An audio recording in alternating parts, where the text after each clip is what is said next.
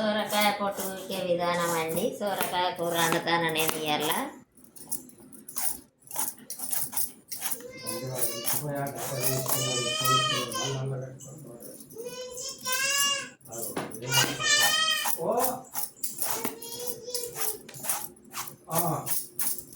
ఎంత మంచిగా వస్తుందో చూడండి.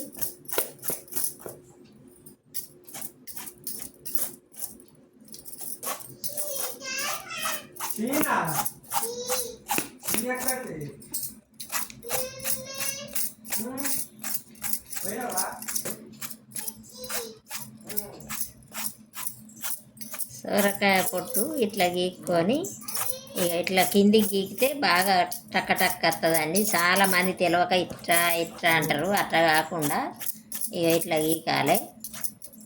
ఎంత మంచిగా వచ్చిందో చూడండి.